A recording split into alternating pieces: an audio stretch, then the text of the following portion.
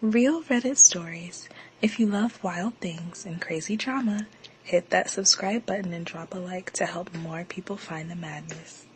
My teen daughter almost took her sister's life with cough syrup, so I had her institutionalized. Now a year later, she's asking to rejoin the family. Most of my memories from living at home consist of getting screamed at and forced to grow up too soon. And by the time I was 9 years old, I was taking care of my two siblings and trying to distract them from our dad, wailing on our mom. I always craved an adult figure, a best friend who wouldn't leave me. So my baby girl Amelia was born. Me and my husband made sure she knew that she was a princess. But unfortunately, we spent her 13th birthday in the hospital because that's when her sister Audrey was born. Up until this point, Amelia saw me as her best friend, and I knew everything about her life, boy drama, which teacher she hated, all the gossip. But the second Audrey was born, I cried my eyes out because she had cystic fibrosis with a lifespan of 30 years. Suddenly life became doctor appointments, medicine plans, and endless physiotherapy sessions. I would spend every evening with Audrey and making sure she was okay. At the time, I knew that Amelia noticed us spending less time together, but I figured that she was old enough to understand, plus my husband was compensating by spending more time with her. And Audrey was around 2 years old when Amelia got her first boyfriend. When she brought him home, I didn't even recognize his name. "Oh, is this Amanda's friend?" I asked, since Amanda was her best friend at the time. "No, Mom, we haven't talked in over a year. She has me blocked on everything." Her voice broke when she said this. It sounded like she was choking up, but before I could say anything else, Audrey started coughing so hard that she began to vomit, so immediately my attention was ripped away from Amelia. It wasn't until I found myself lying awake at 3 a.m. that I started to think about Amelia again. I thought about how her face used to light up as she jumped on the swings in the playground and begged me to push. But now I didn't even know what was going on in her life, who her friends were, what she liked to do for fun. My husband was asleep beside me and I didn't want to wake him up, so I just held his hand while I silently cried into my pillow. I spent the next 2 hours researching how to reconnect. All the mom blogs made it seem so easy. So the next morning when I asked her if she wanted to skip school and spend the entire day with me, I expected her to be thrilled, especially since I was ready to bring her shopping and let her buy whatever she wanted. But that's when reality slapped me in the face. "Don't bother, Audrey probably needs you." Her voice was cold, like she had already given up on me. I felt tears welling up in my eyes, but blinked them away to stay strong. "Honey, are you sure? I'll take you to Brandy Melville and give you a budget of $500. "Yes, Mom, I'm sure." She then left for school without saying anything else. Well, the way I saw things, Amelia had around 3 years left at home before she moved out for college, and I wanted her to feel like she had a home to visit. So even though I felt like shot, I didn't want to give up. The next day I picked her up from school, something I hadn't done in years, and drove her to this thrift store in Brooklyn. It was known for having amazing finds, plus I found it on TikTok, so I knew girls her age loved it. She didn't speak to me the entire time, but she spent 2 hours there, and the price came out to over $200. I tried to apologize in the car for not being present with her, but at the end of the day, she was just a 15-year-old girl. So when she ignored me, I didn't even take it personally. Over the next few days, I kept picking her up, and we'd drive to cool places that the other moms recommended, and she loved every single one. By the time Friday came, she had updated me on her boyfriend, and I finally knew who she was best friends with. Little did I know, those moments ended up being the calm before the storm. It started small. Audrey would have small coughing fits and mild shortness of breath, pretty much business as usual, but within just 5 days, she was sleeping all the time and coughing all night. It was obvious she was in a lot of pain, and I had no idea what to do. And in just 10 days, my life became the hospital again, spending sleepless nights in a wooden chair, not knowing if Audrey was going to live or die. Except this time it took just 12 hours until she was completely back to normal. It was so freaky that when I woke up, the room was filled with nurses asking me dozens of questions. Were her antibiotics expired? Is her nebulizer working properly? What do you use to clean her equipment? At first I dismissed them because I was keeping such a close eye on Audrey. I thought nothing would slip by, but I had this nagging feeling in my chest that wouldn't go away, so I decided to check for what the nurses were asking about, and that's when I saw it. In her nebulizer, the machine that turns liquid medicine into a mist for your lungs, there weren't any antibiotics. Instead, it was filled to the brim with water. My heart stopped, no effing wonder, and that's when Amelia walked in. I expected her to be just as shocked as me, but no. "Mom, ever since Audrey came into our lives, you're so tired all the time. Take what I did as a favor, and for once, don't try to save her." I couldn't breathe. My teenage daughter had just admitted to tampering with her sister's life-saving medication, and she said it like she was doing me a favor, like she expected me to thank her. I didn't scream, I didn't grab her or shake her like I wanted to. I was terrified that if I reacted too strongly, I'd push her away completely. So I just stood there, staring at her, trying to find my daughter in those cold eyes. "Amelia," I finally managed to say, "this isn't a joke. Audrey could have died." She shrugged, actually shrugged. "You wouldn't have to be so tired anymore. We could go back to how things were." I quietly replaced the water with the correct medication, my hands shaking the whole time. When the nurse called to follow up, I told her I must have made a mistake. I couldn't bring myself to tell anyone what Amelia had done, not even Tom. That night, I laid awake watching Audrey breathe through the baby monitor. I kept thinking maybe it was just a one-time thing, a desperate cry for attention from a girl who felt abandoned. Maybe if I gave Amelia more time, more love, she'd never do something like that again. But over the next few days, I started noticing things. Audrey's stuffed animals would be in strange places. Once I found her favorite teddy bear face down in the toilet. Medicine bottles that should have been full were half empty, even though I hadn't given her an extra dose. One afternoon, I caught Amelia standing outside the bathroom door while I was giving Audrey a shower, just listening to her cough. I finally broke down and told Tom what was happening. He was exhausted from working overtime and brushed it off. "She's a teenager, babe. They do dramatic things for attention. Just keep an eye on things, but don't overreact." So I started keeping a log. I wrote down every medication, who gave it, what time. I noted where Amelia was during Audrey's treatments. I started locking up the medications and hiding the key. Our home, which was already tense, became a minefield. Amelia seemed to sense the change. She got colder, more distant. At dinner, she'd make these passive-aggressive comments like, "Wow, Audrey's getting so much attention for eating 3 bites of food. I got straight A's last semester and you guys didn't even notice." I tried including her in activities with Audrey, asking her to help with gentle physiotherapy or read her a bedtime story. Sometimes she'd refuse outright. Other times she'd agree, but do it with this forced smile that made my skin crawl. Things got worse at school too. Her grades tanked. She got into an argument with her math teacher that was so bad the school called us in for a meeting. The guidance counselor mentioned she seemed unusually angry lately and asked if everything was okay at home. I just nodded and smiled, too too ashamed to tell the truth. Then last night, I walked into Audrey's room to set up her evening nebulizer treatment and found it filled with soapy water. Not just water this time, water with dish soap mixed in. If I hadn't checked, it would have gone straight into my baby's lungs. I confronted Amelia in her room. Did you put soap in Audrey's nebulizer? Are you serious right now? She looked genuinely insulted. Why would I do that? God, Mom, you're getting so paranoid. It's not my fault you can't keep track of Audrey's stuff. Then she started crying. These loud, dramatic sobs that brought Tom running. He found me standing over Amelia, who was curled up on her bed crying. He was furious with me. What the hell are you doing? He hissed, pulling me into the hallway. She's just a kid. You can't keep accusing her of trying to hurt her sister. But Tom, I found soap in the nebulizer. Someone put it there. Maybe you did it by accident. You're exhausted. You're not thinking clearly. Just go check on Audrey and leave Amelia alone. I felt so alone, so crazy. Was I imagining things? Was I so sleep deprived that I was mixing up soap and medication? This morning, Audrey woke up struggling to breathe. Her lips were turning blue. We rushed her to the ER, where they found traces of chemicals in her system that weren't part of her normal treatment. The doctor pulled me aside and asked if anyone else had access to her medications. I couldn't lie anymore. I told them everything. The water, the soap, Amelia's behavior. They're running more tests now. Audrey's stable but still in the hospital. Tom is finally taking this seriously after the doctor showed him the test results. I don't know what happens next. I don't know how to protect one daughter from the other. I don't know how we got here or how to fix it. All I know is that the little girl I raised, the one I thought I knew better than anyone, has become someone I don't recognize at all. I stayed at the hospital with Audrey that night. Tom went home to be with Amelia, which made me nervous, but I couldn't leave Audrey alone. Not now. The hospital chair was even more uncomfortable than I remembered, and I kept jerking awake every time Audrey coughed or a nurse came in to check her vitals. Around 3 a.m., I got a text from Tom. Amelia's asleep. Everything's fine at home. Try to get some rest. I wanted to believe him. I wanted to believe that maybe this was all just a horrible misunderstanding, that Amelia wasn't actually trying to hurt her sister, that I wasn't completely failing as a mother. The next morning, the doctor came in with Audrey's test results. They found traces of household cleaner in her system, the kind we keep under the kitchen sink. The doctor asked if Audrey could have gotten into it herself. I almost laughed. Audrey was too. We kept all cleaning supplies locked up specifically because of her. There was only one way that stuff got into her system. Mrs. Davis, I need to be clear about something, the doctor said, lowering her voice. If we suspect intentional harm to a minor, we're legally required to report it. My stomach dropped. CPS police. Our family splashed across the local news. Amelia taken away in handcuffs. I couldn't let that happen. It was an accident, I said quickly. I've been cleaning her nebulizer with that solution. I must not have rinsed it properly. The lie tasted bitter in my mouth. The doctor didn't look convinced, but she nodded slowly. I strongly recommend switching to vinegar for cleaning her equipment and being more thorough with rinsing. I nodded, tears welling up. Can I take her home today? Let's keep her one more night for observation. If her levels continue improving, discharge tomorrow morning. I texted Tom the update. He replied that he'd taken the day off work to stay with Amelia. I felt a wave of relief knowing he was finally taking this seriously. When I got home the next day with Audrey, the house was spotless. Tom had cleaned everything. Amelia was sitting at the kitchen table doing homework, looking completely normal. She even smiled when we walked in. Hey Mom. Hey Audrey Bug. She used the nickname she'd given Audrey when she was born, before everything went wrong. I tensed up, clutching Audrey tighter. Hi honey. Tom pulled me aside while Amelia continued working on her math problems. I had a long talk with her, he whispered. She swears she didn't do anything to Audrey's medication. She thinks you're blaming her because you're stressed and sleep deprived. Tom, she admitted it to me. She literally said she did it as a favor so I wouldn't be tired anymore. He ran his hand through his hair. She says you misunderstood, that she was talking about something else, offering to help more with Audrey's care. I stared at him. You believe her? I don't know what to believe, he admitted. But she's our daughter too, Jen. We can't just assume the worst. I looked over at Amelia, bent over her textbook, twirling her hair the way she'd done since she was little. She looked so normal, so much like my little girl. Had I imagined the whole thing? I knew what I heard, what I saw. I'm moving Audrey's crib into our bedroom, I told Tom, just temporarily. He didn't argue, which told me he wasn't completely convinced by Amelia's story either. That night, I set up a makeshift nursery in the corner of our bedroom. I moved all of Audrey's medications into our bathroom and installed a child-proof lock on the door. Tom watched me silently, his face grim. This isn't sustainable, he finally said as I triple-checked the lock. It doesn't have to be forever, just until we figure things out. But what did figuring things out even mean? I couldn't send my 15-year-old daughter away. I couldn't have her arrested, but I also couldn't let her near Audrey's medical equipment. The next few days were tense. I barely slept, jumping at every sound in the night. Amelia acted completely normal, going to school, doing homework, even offering to help with dishes after dinner. But I caught her watching me sometimes, with this look I couldn't quite read. One afternoon while Amelia was at school, I called my sister Rachel. She lived across the country and we weren't super close, but I needed to talk to someone who wasn't Tom. Holy shit, Jen, she said after I told her everything. Have you thought about getting Amelia into therapy? I had, of course. But how do you tell a therapist your teenager might be trying to call her toddler sister? What if they reported us? What if they took both girls away? I'm scared, I admitted. What if she's really, I can't even say it, sociopathic? Rachel finished for me. Look, I'm not saying she is, but even if she's just acting out for attention, this is way beyond normal teenage rebellion. She needs help, and so do you. After we hung up, I sat in my car and cried for 20 minutes. Then I pulled myself together and called a child psychologist. I made an appointment for Amelia for the following week, telling the receptionist it was for adjustment issues related to her sister's illness. Not a complete lie. That night at dinner, I told Amelia about the appointment. It's just someone to talk to, I said, trying to sound casual. A lot of kids with chronically ill siblings benefit from therapy. Amelia's fork clattered onto her plate. You think I'm crazy? No, honey, not at all. You're sending me to a shrink because you think I'm trying to hurt Audrey? Her voice was rising. I'm not crazy, Mom. Tom stepped in. No one said you were crazy, Amelia, but this has been hard on all of us and on all of us? She laughed, this horrible, bitter sound I'd never heard from her before. You two have no idea what it's been like for me. One day I'm your whole world and the next I might as well not exist. That's not true, I said, reaching for her hand. She yanked it away. You moved her into your room. You lock up everything like I'm some kind of monster. You don't trust me with my own sister. I didn't know what to say because she was right. I didn't trust her. Not anymore. She stormed off to her room, slamming the door so hard a picture fell off the wall. Tom and I just sat there in silence, Audrey babbling happily in her high chair, oblivious to the tension. Maybe therapy isn't the worst idea, Tom finally said. The next morning, Amelia acted like nothing had happened. She ate breakfast, kissed Audrey on the head, and left for school without mentioning our fight. I spent the day on edge, waiting for the other shoe to drop. It dropped that afternoon. I was giving Audrey her bath when I realized I'd forgotten her towel. I ran to the linen closet, grabbed one, and hurried back, all in maybe 30 seconds. When I returned, Amelia was standing in the bathroom doorway, just watching Audrey splash in the tub. What are you doing? I asked, my heart racing. She shrugged. Just saying hi to Audrey. Hey, is that a crime now? I wrapped Audrey in the towel and picked her up, holding her close. No, of course not, but I couldn't shake the feeling that if I'd been gone any longer, something might have happened. I didn't let Audrey out of my sight for the rest of the day. That night, I told Tom I wanted to install cameras in the house, just basic security cameras in the common areas and Audrey's room. He thought I was overreacting, but after some arguing, he reluctantly agreed. I ordered them online that night and paid extra for next day delivery. They arrived while Amelia was at school, and Tom helped me set them up. We put one in the living room, one in the kitchen, one in our bedroom where Audrey now slept, and one in the hallway outside the bathroom. I downloaded the app on my phone so I could check the feeds anytime. I didn't tell Amelia about the cameras. I told myself it was for everyone's safety, but deep down, I knew I was spying on my own daughter. The guilt was overwhelming, but not as strong as my fear for Audrey. The first few days with the cameras were uneventful. Amelia went to school, came home, did homework, watched TV, normal teenage stuff. She still wasn't talking to me much, but she wasn't doing anything suspicious either. I started to wonder if maybe I really was losing my mind from stress and sleep deprivation. Then, 5 days after we installed the cameras, it happened. I was at the grocery store with Audrey, and Tom was working late. Amelia was home alone. I checked the camera feed on my phone while waiting in the checkout line, just out of habit. Amelia was in our bedroom, where she had no reason to be. She was standing over Audrey's crib, which was empty because Audrey was with me. She was holding something in her hand, sprinkling it onto Audrey's sheets. I zoomed in as much as I could, but couldn't make out what it was. I abandoned my cart right there in the checkout line and raced home, my hands shaking so badly I could barely drive. When I burst through the front door with Audrey on my hip, Amelia was sitting on the couch watching Netflix, looking completely innocent. Hey, she said, barely glancing up. You're back early. I forgot my wallet. I lied, heading straight for my bedroom. I put Audrey and her playpen in the living room first, not wanting her anywhere near whatever Amelia had put in her crib. The sheets looked normal. I ran my hand over them and felt something gritty. Lifting my fingers to my nose, I detected a faint chemical smell. I stripped the bed completely and stuffed everything into a plastic bag to show Tom later. When I came back to the living room, Amelia was playing with Audrey, making her giggle with a stuffed animal. They looked so normal, so sweet together. If I hadn't seen the video, I would never have suspected anything was wrong. I'm going to wash these, I said, holding up the bag of bedding. They got a little musty. Amelia just nodded, continuing to play with Audrey. I took the sheets to our laundry room, but instead of washing them, I hid the bag on the top shelf. Evidence. That night, after Amelia went to bed, I showed Tom the video and the sheets. He rubbed some of the gritty substance between his fingers and smelled it. It's laundry detergent, he said quietly. Powdered detergent. My blood ran cold. If Audrey had slept on those sheets, the powder would have irritated her skin and lungs. With her CF, it could have triggered a serious respiratory episode. Tom finally looked as scared as I felt. We need to do something, he said. This isn't normal teenage acting out. I nodded, tears streaming down my face. The therapy appointment is tomorrow. I'll take her. And then what? We can't keep living like this, Jen. I'm scared to leave you and Audrey alone with her. I didn't have an answer. I just cried harder, and Tom held me while I fell apart. The next morning, I drove Amelia to her therapy appointment. She was silent in the car, staring out the window with her earbuds in. I wondered what was going through her mind, if she knew that I knew what she'd done. The therapist, Dr. Patel, asked to speak with Amelia alone first. I sat in the waiting room, checking the home cameras on my phone every few minutes, even though Tom was home with Audrey. After about 45 minutes, Dr. Patel called me in. Amelia was sitting on the couch, her face blotchy like she'd been crying. Dr. Patel asked her if it was okay to discuss some things with me present, and Amelia nodded without looking at me. Amelia has shared some of her feelings about the changes in your family since Audrey was born, Dr. Patel began. She feels very displaced and forgotten. I nodded, guilt washing over me. I know we haven't given her as much attention. Audrey's care is just so demanding. Dr. Patel held up a hand. I understand the challenges of having a child with CF, but from Amelia's perspective, she went from being the center of your world to barely registering on your radar. That's a traumatic shift for a teenager. Amelia was picking at a loose thread on her jeans, still not looking at me. However, Dr. Patel continued, her voice taking on a more serious tone. Amelia has denied any involvement with tampering with Audrey's medications or belongings. She says you've been accusing her of trying to harm her sister, and she feels deeply hurt by these accusations. I opened my mouth to protest, to tell Dr. Patel about the video, the detergent, the nebulizer filled with soap water, but something stopped me. If I revealed everything now, what would happen? Would Amelia be taken away? Would our family be torn apart even more? I've been very stressed, I said instead. Maybe I've been jumping to conclusions. Dr. Patel looked at me with an expression I couldn't quite read. I'd like to see Amelia twice a week for now, and I think family therapy would be beneficial as well. I agreed, and we set up the appointments. On the drive home, Amelia finally spoke. I didn't do those things, Mom. I swear. I gripped the steering wheel tighter. Then who did, Amelia? The nebulizer doesn't fill itself with soap water. I don't know. Maybe you did it by accident. You're always so tired. I pulled the car over to the side of the road and turned to face her. Amelia, look at me. I saw you on the camera yesterday. I saw you putting something in Audrey's crib. Her face went pale. You're spying on me? I'm protecting Audrey. What was that powder, Amelia? What were you putting on her sheets? She unbuckled her seatbelt and reached for the door handle. I can't believe you put cameras in the house to spy on me. I'm walking home. I grabbed her arm. No, you're not. What was the powder? She yanked her arm away. It was baby powder, okay? I was just trying to help. You're always complaining about how Audrey gets diaper rash, and I read online that baby powder helps. I stared at her. Could that be true? Had I completely misinterpreted what I saw? But then why was it gritty? Why did it smell like chemicals? Show me the baby powder when we get home, I said. She rolled her eyes. Fine, whatever. When we got home, Amelia stormed straight to her room and slammed the door. I checked on Audrey, who was napping in her playpen, while Tom worked on his laptop nearby. Then I went to Amelia's room and knocked. No answer. I knocked again, louder. Amelia, open the door. Show me the baby powder. Still nothing. I tried the handle. Locked. My heart started racing. Amelia, open this door right now or I'm getting the key. I heard movement inside, then the lock clicked. Amelia opened the door just enough to thrust a container at me. Here, happy now? It was baby powder. But when I opened it and smelled it, it didn't match what I'd found on the sheets. This smelled like talc and perfume. The stuff on the sheets had been sharper, chemical. This isn't what you put on Audrey's sheets. She threw up her hands. Oh my God, Mom, nothing I do is ever going to be good enough for you, is it? You've already decided I'm some kind of monster. She slammed the door in my face. I stood there, the baby powder in my hand, completely lost. Was I wrong? Was I so desperate to find an explanation for Audrey's mysterious illness that I was blaming Amelia unfairly? But then I remembered what she'd said that first time, standing over the nebulizer filled with water. Take what I did as a favor, and for once don't try to save her. She had admitted it. I wasn't crazy. I went back to our bedroom and checked the bag of sheets again. The powder was definitely not baby powder. I took a small sample and put it in a plastic baggie, then hid it in my purse. I didn't know what I was going to do with it, but it felt important to keep it. That night, Tom and I had a long talk after both girls were asleep. I showed him the baby powder Amelia had given me and explained why I didn't think it matched what was on the sheets. Maybe we should send the powder to a lab, he suggested. Get it tested. And then what? If it turns out out to be something harmful, do we call the police on our own daughter? He put his head in his hands. I don't know, Jen. I just don't know anymore. We decided to keep the cameras up and continue with Amelia's therapy. Tom would take more time off work to help with Audrey, and we'd never leave the girls alone together. It wasn't a perfect plan, but it was all we had. The next week was exhausting but uneventful. Amelia went to therapy twice, and Dr. Patel reported that she was opening up more about her feelings of abandonment. I tried to spend more one-on-one time with Amelia, taking her shopping or just sitting with her while she did homework. She was still distant, but not as hostile. Then one night, I woke up around 2 a.m. to check on Audrey and found her burning with fever. Her breathing was labored, and when I picked her up, she felt limp in my arms. Tom, wake up! I shook him frantically. Something's wrong with Audrey. We rushed her to the ER, leaving Amelia asleep at home. She was 15, old enough to be alone for a few hours in an emergency. The doctors immediately took Audrey back for tests. Her oxygen levels were dangerously low. While we waited for news, I checked the camera feeds on my phone, more out of habit than suspicion. Amelia was still in bed, apparently asleep. I scrolled back through the evening's footage to see if anything unusual had happened. Around midnight, the camera caught Amelia entering our bedroom. She stood over Audrey's crib for a few minutes, just watching her sleep. Then she reached down and seemed to adjust Audrey's blanket before leaving. Nothing obviously sinister, but it made me uneasy. The doctor came out looking grave. Audrey's system shows traces of a common household medication, one that's extremely dangerous for someone with CF. Did she get into any medicine cabinets at home? My blood ran cold. What medication? It appears to be a cough suppressant with dextromethorphan. For a child with CF, suppressing the cough reflex can be life-threatening since coughing is how they clear their lungs. I shook my head. We don't keep cough medicine in the house specifically because of her CF. The doctors told us never to give it to her. The doctor frowned. Well, it's definitely in her system. We're working to flush it out now, but she'll need to stay in the ICU for monitoring. I pulled up the camera app again and replayed the midnight footage, zooming in as much as I could. This time, I noticed something I'd missed before. Amelia wasn't adjusting Audrey's blanket. She was holding something over her face, a small medicine cup. I showed Tom the video, my hands shaking. She gave her cough medicine. She knows Audrey can't have that. Every CF parent knows that. Tom's face went ashen. I'll call my mom to go stay at the house with Amelia. Don't tell her why. While Tom made the call, I pulled up the footage from earlier in the evening. Around 10 p.m., Amelia had gone into our bathroom, the one where we kept our toiletries but not Audrey's medications. She emerged a few minutes later with something small in her hand that she slipped into her pocket. I remembered the bottle of NyQuil in our medicine cabinet from when Tom had a cold last month. We'd kept it separate from Audrey's medications, thinking it was safe since it wasn't part of her care routine. I never imagined Amelia would use it against her. Tom's mother arrived at our house within an hour. We told her Audrey was having CF complications and needed to stay at the hospital, but we didn't mention our suspicions about Amelia. Audrey spent 3 days in the ICU. I barely left her side, sleeping in the hospital chair and showering in the patient bathroom. Tom split his time between the hospital and home, trying to maintain some normalcy for Amelia. Dr. Patel came to the hospital to meet with us, and we finally told her everything. The nebulizer, the powder on the sheets, the cough medicine. This is beyond my expertise, she admitted. Amelia needs more intensive psychiatric evaluation. I'm concerned about Munchausen by proxy, but in reverse, instead of making Audrey sick to get attention for herself, she may be making Audrey sick to get attention for Audrey, thus taking it away from her. It was the first time someone had put a name to what was happening, and it hit me like a truck. This wasn't just teenage jealousy. This was a serious psychiatric issue. What do? I asked, feeling more helpless than ever. I'm going to refer you to a colleague who specializes in family trauma and personality disorders in adolescents. In the meantime, Amelia should not be left alone with Audrey under any circumstances, and you might want to consider temporary alternative living arrangements for one of them. Tom and I discussed it that night in the hospital cafeteria. His mother had offered to take Amelia for a while, but that felt like we were giving up on her. Sending Audrey away wasn't an option. She needed her medical equipment and routine. Maybe I should take Audrey to a hotel for a few days, I suggested, just until we can get Amelia evaluated by the specialist. Tom looked broken. How did we get here, Jen? How did we miss the signs? I didn't have an answer. I just reached across the table and held his hand, both of us crying silently in the fluorescent light of the empty cafeteria. When Audrey was finally discharged, we went home to pack some things before heading to a hotel. Amelia was sitting on the couch when we walked in, looking smaller and younger than her 15 years. Is Audrey okay? She asked, her voice barely audible. She will be, I said, keeping my distance. We're going to stay at a hotel for a few days while she recovers. Amelia's head snapped up. You're leaving me? Grandma's going to stay with you, Tom explained. It's just for a little while, until Audrey's stronger. This is because you think I hurt her. It wasn't a question. You're choosing her over me. Again. Amelia, someone gave Audrey cough medicine. The doctors found it in her system. She could have died. My voice cracked. The cameras show you in our room that night. She stood up, her face contorted with anger and something else. Fear, maybe. So what? I check on her sometimes. That doesn't mean I poisoned her. Then who did? Tom asked, his patience finally breaking. Who else was in the house? Who else would know exactly what medication would hurt her the most? Amelia looked from Tom to me, then to Audrey in my arms. For a split second, I saw something in her eyes. Not remorse exactly, but awareness. She knew we knew. Then she ran to her room and slammed the door. Tom's mother arrived an hour later. We gave her strict instructions not to leave Amelia alone in the house and to call us immediately if anything seemed off. Then we left for the hotel, my heart breaking all over again as I buckled Audrey into her car seat. In the rearview mirror, I could see Amelia watching us from her bedroom window. Her expression was blank, unreadable. I raised my hand in a small wave, but she just turned away. As we drove off, I couldn't shake the feeling that we were leaving something important behind. Not just our home, but the family we used to be. The family I'd tried so hard to make perfect. We'll figure this out, Tom said, reaching for my hand. We'll get her help. We'll fix this. I nodded, but I wasn't sure anymore. Some things, once broken, can never be put back together the same way, and I was terrified that our family might be one of those things. We checked into this budget hotel about 15 minutes from our house. Nothing fancy, just a room with 2 queen beds and a tiny kitchenette. I set up Audrey's portable nebulizer on the desk while Tom brought in the rest of our stuff. It felt so weird unpacking our toothbrushes in this strange bathroom, like we were on some twisted family vacation. I kept checking my phone every 5 minutes. Tom's mom texted that Amelia was in her room with the door closed, refusing to come out for dinner. I felt this awful mix of worry and relief. Worried about what was going through Amelia's head, but relieved she wasn't near Audrey. That first night in the hotel, I barely slept. Every time Audrey coughed, I shot up in bed to check on her. Tom tossed and turned too. Around 3 a.m., he whispered, maybe we should look into residential treatment for Amelia. The words hung in the darkness between us. Residential treatment, sending our daughter away. I couldn't even respond. The next morning, we met with Dr. Patel's colleague, Dr. Bruce Hoffman. He was this older guy with thick glasses and a gentle voice. We sat in his office while Audrey played with toys on the floor, and we told him everything. The nebulizer, the powder, the cough medicine, all of it. What you're describing sounds like a severe attachment disorder complicated by jealousy and possibly emerging personality issues, he said. Amelia feels replaced by Audrey, and in her mind, removing Audrey would restore her place in the family. So she's trying to cull her sister? Tom asked bluntly. Dr. Hoffman adjusted his glasses. I wouldn't jump to that conclusion without evaluating Amelia directly. She may not fully understand the consequences of her actions. In her mind, she might just be trying to make Audrey sick enough that you'll send her away, not necessarily cull her. Somehow that didn't make me feel any better. I'd like to see Amelia as soon as possible, Dr. Hoffman continued. In the meantime, your current arrangement, keeping the girls separated, is appropriate. We scheduled an appointment for Amelia for the next day. Tom would bring her while I stayed at the hotel with Audrey. On the drive back, Tom got a call from his mom. Amelia had locked herself in the bathroom and wouldn't come out. She'd been in there for over an hour. We need to go home, Tom said, making a U-turn. Now, my heart was pounding the whole way there. What if she hurt herself? What if this was all too much for her? I might have been terrified of what she'd done, but she was still my baby. When we got to the house, Tom's mom was standing outside the bathroom door, knocking and pleading with Amelia to open up. I handed Audrey to her and took over. Amelia, it's Mom. Can you please open the door? Silence. Honey, we're worried about you. We just want to know you're okay. More silence. Then finally, her voice, small and broken. Go away. Go back to your hotel with Audrey. I'm not leaving until I know you're okay. Please open the door. Why do you care? You think I'm a monster. I leaned my forehead against the door, fighting back tears. I don't think you're a monster, Amelia. I think you're hurting, and I'm so sorry I didn't see how much. The lock clicked. The door opened just a crack. I could see one of Amelia's eyes peering out at me. Her face was blotchy from crying. You left me, she whispered. I know, and I'm sorry. But Amelia, we need to talk about what's been happening with Audrey. She opened the door a little wider. I didn't mean to hurt her that bad. I just wanted her to go away for a while. My blood ran cold. It was the first time she'd admitted it directly, without twisting the truth or blaming someone else. Can we talk in your room? I asked, aware of Tom's mom and Audrey just down the hall. She nodded and led the way to her bedroom. I texted Tom, who was waiting in the car, to come inside. When he joined us in Amelia's room, she was sitting cross-legged on her bed, picking at a loose thread on her comforter, just like she'd done in Dr. Patel's office. Amelia, Tom said gently, sitting beside her. We need to understand what's been going on. She didn't look up. You already know. You have it all on camera. We want to hear it from you, I said, sitting on her other side. Why, Amelia? Why would you try to hurt Audrey? She was quiet for so long I thought she wasn't going to answer. Then she said, I didn't want to hurt her. Not really. I just wanted things to go back to how they were before. Before Audrey? Tom asked. She nodded. You guys were different then. Mom was happy. She wasn't always tired and stressed. We did stuff together. And then Audrey came and it was like